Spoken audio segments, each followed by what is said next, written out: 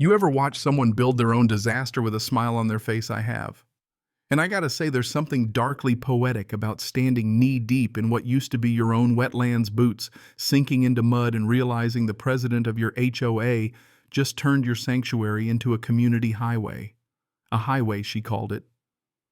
The irony, it connected every storm drain straight into my backyard.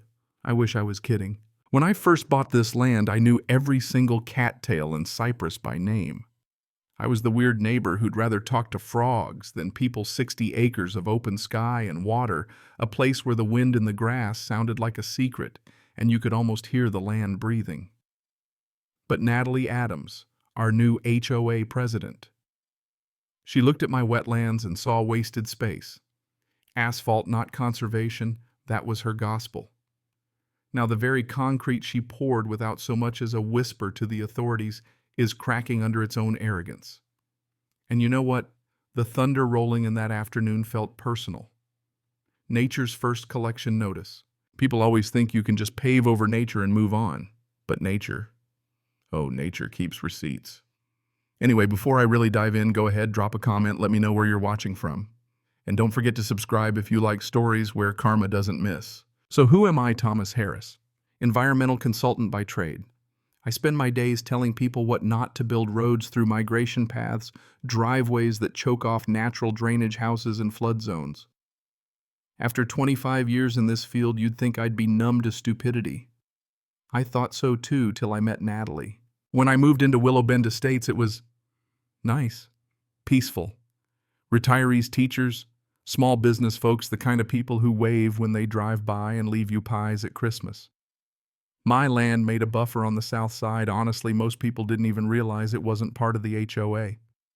All that changed when Natalie Adams decided she was running the show. She swept in with a head full of blonde curls, neon blazers, and a voice you could hear from 3 blocks away. Real estate marketer, apparently her whole deal was, if you can see it, pave it. I still remember her first HOA meeting. PowerPoint slides, promises, and that sales pitch sparkle in her eye. Imagine a beautiful community road cutting right through that old swamp behind Thomas's place, a shortcut to the highway. Folks nodded along. Sounds like progress, they said. To me, it sounded like ecological suicide. Afterwards, I cornered her. Ms. Adams, that's a federally protected wetland. It filters runoff, keeps basements dry. You dig in there, you're courting disaster and breaking the law. She hit me with that politician's smile, the one that stops at the mouth. I appreciate your passion, Thomas, but it's just a little soggy land. Culvert, some gravel, fixed in no time. It's not soggy land, I shot back. It's a hydrological system. It's supposed to absorb water. She just smirked. Well, maybe you and your frogs can keep a corner, but the community has to move forward. Forward, sure, straight into a floodplain. Weeks passed. I figured the legal headache would scare her off. Federal permitting, protected species, all that fun. But Natalie, not a quitter. That's when the letters started showing up. Neat little envelopes, violations from the HOA. Vegetation exceeds height limits. Standing water may pose a mosquito hazard. Failure to maintain property appearance. I laughed. Maintain a wetland, what I'm supposed to mow it, chlorinate the frogs. But then came the fines. $100, $250, $500, repeat violation, overgrown vegetation. I realized she wasn't just needling me, she was building a case. So I fought back with paperwork. Wetland Conservation Act, Clean Water Act, county zoning, Army Corps documentation. Hell, I might as well have mailed her bedtime stories for all she cared. Next thing I know, she calls a meeting about infrastructure improvements. I show up, rooms packed, free donuts, some city folks. Natalie's up front like a CEO at a product launch. The south exit is dangerous, folks. Let's build a new road right through that underused land. Someone asks, won't that cost a lot? She smiles. Not at all. My husband's company will handle it for cheap. I stand up. That's not HOA land. That's private protected and you have no easement. She shrugs. Our records are more recent than yours. I wave my deed survey maps, wetland certification. You start digging, you'll be violating state and federal law. The room laughs. Natalie lets it hang there. No one wants to harm your little pond, Thomas. We're talking about progress. Don't make it personal. It gets personal when you bulldoze my land, I say. Her smile freezes just for a second. Let's vote. Her allies shoot their hands up. Motion passes. She turns triumphant. See democracy in action, I glare. You just voted to break the law. She tilts her head. Guess the law will have to catch up. That night I sat at my kitchen table surrounded by paperwork and cooling coffee, stomach turning. I'd dealt with ignorant clients, but never with someone who thought ignorance was power. She was building momentum, getting neighbors emotionally invested. Once those bulldozers rolled in, nobody would question a thing. And when the storms came, because they always do, her highway would trap the water, back it up, flood the subdivision. All because Natalie Adams thought nature was a nuisance. 2 days later, old Bill knocks on my door. Bill's been my neighbor for 20 years, retired electrician, gruff as sandpaper, but all heart. Tom, he says, you better come take a look. He leads me down to the wetland, fresh orange survey stakes everywhere. They were out here this morning. Adams development crew. Pulled your marker post, said it's been rezoned. My stomach drops. By who? Bill shrugs, spits. Didn't say. Just laughed. I look at those stakes, fluorescent lies, where my father once walked me, showing me the boundary lines. I take a breath, feeling the heat rise.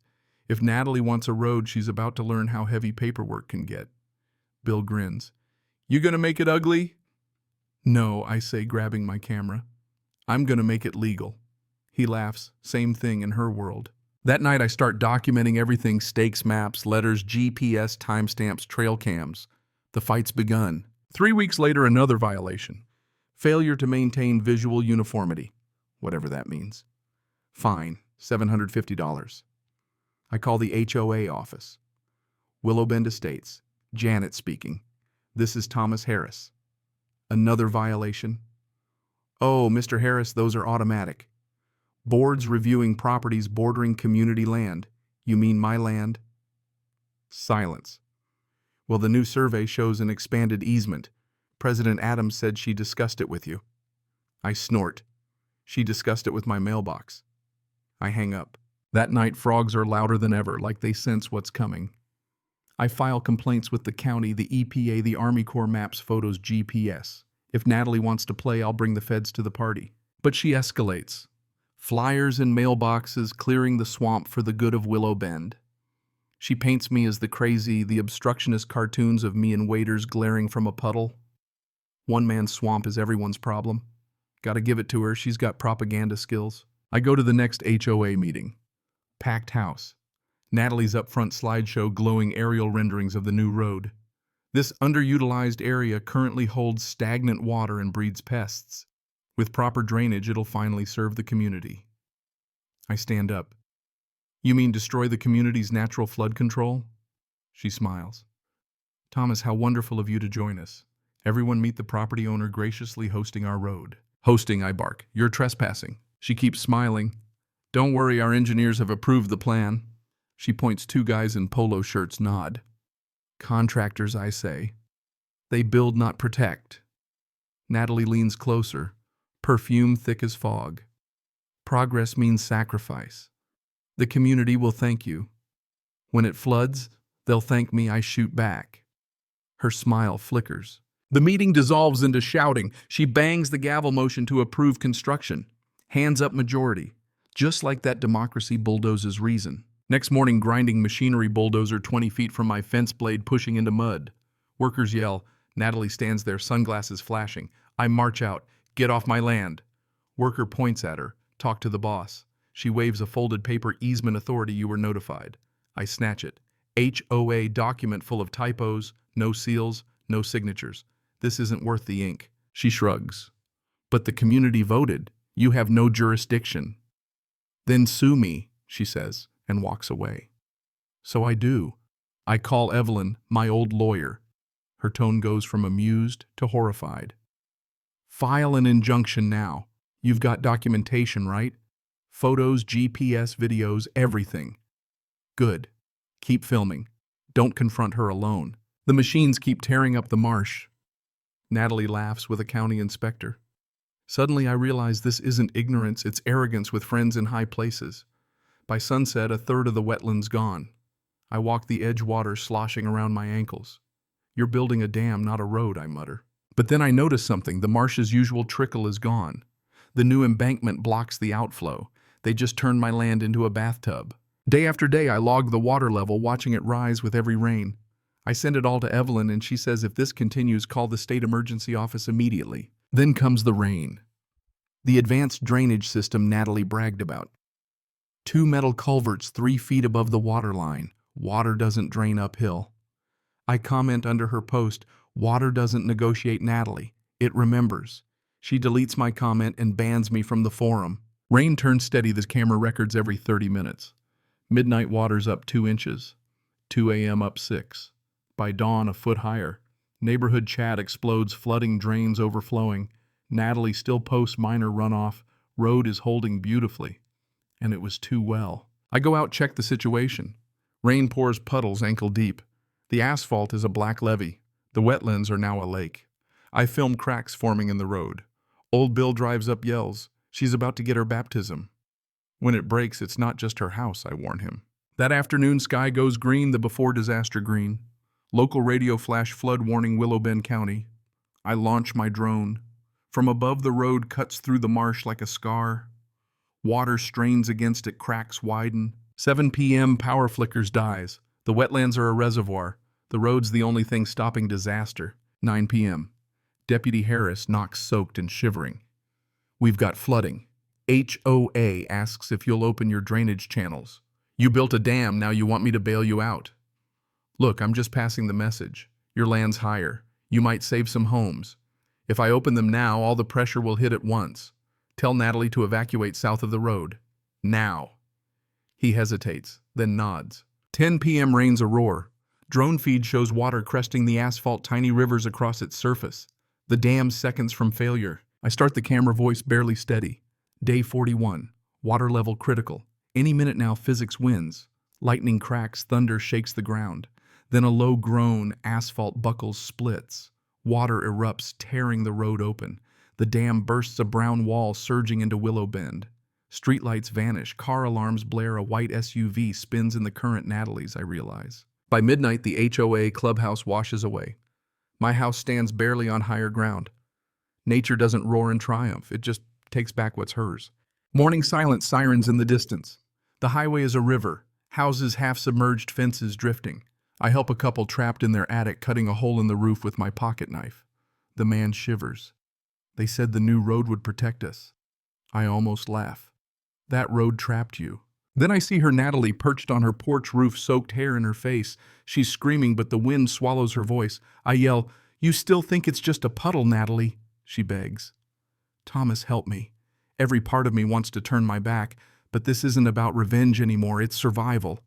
I toss her a rope, pull her across, arms burning. We sit in silence, watching her kingdom sink. I warned you, I say flat. She doesn't answer. Her mascara runs, voice shaking. I thought the engineers... Your husband's a contractor, Natalie.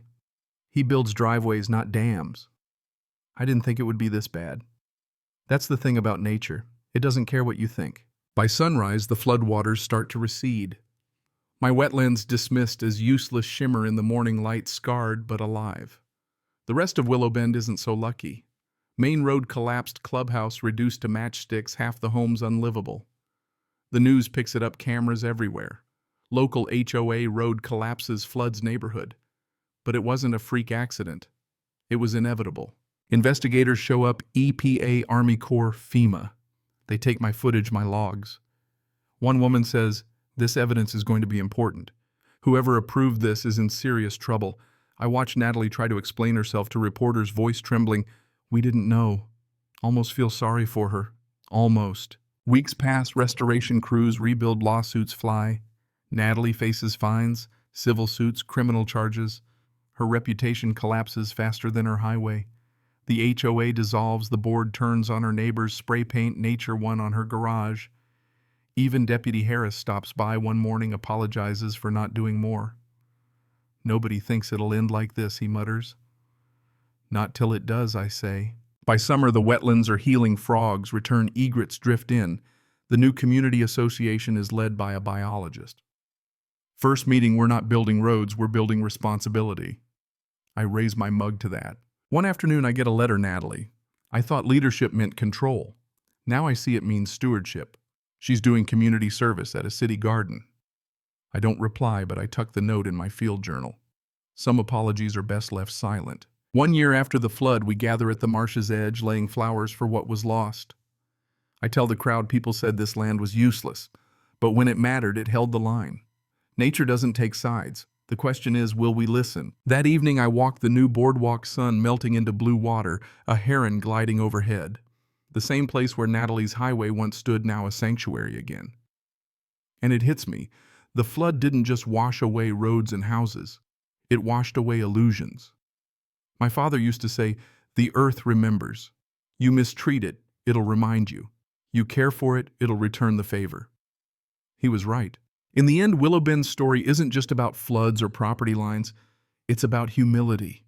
The world teaches us to conquer and pave over anything that slows us down. But sometimes the bravest thing you can do is nothing. Let the land breathe. If there's one lesson here, it's this. Progress without respect always collapses under its own weight. So build wisely. Question arrogance. Protect what protects you. Because when the storm comes, and it will, you'll be glad you listened. Now here's what I want to know. Where's the line between progress and arrogance? Between leadership and control? And when justice finally arrives, is it ever enough? Drop your thoughts below, share your own stories.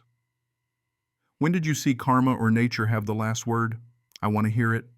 And don't forget to subscribe, because trust me, in the world of HO, as karma always finds its way home. Cảm ơn các bạn đã xem video. Cảm ơn các bạn đã xem video.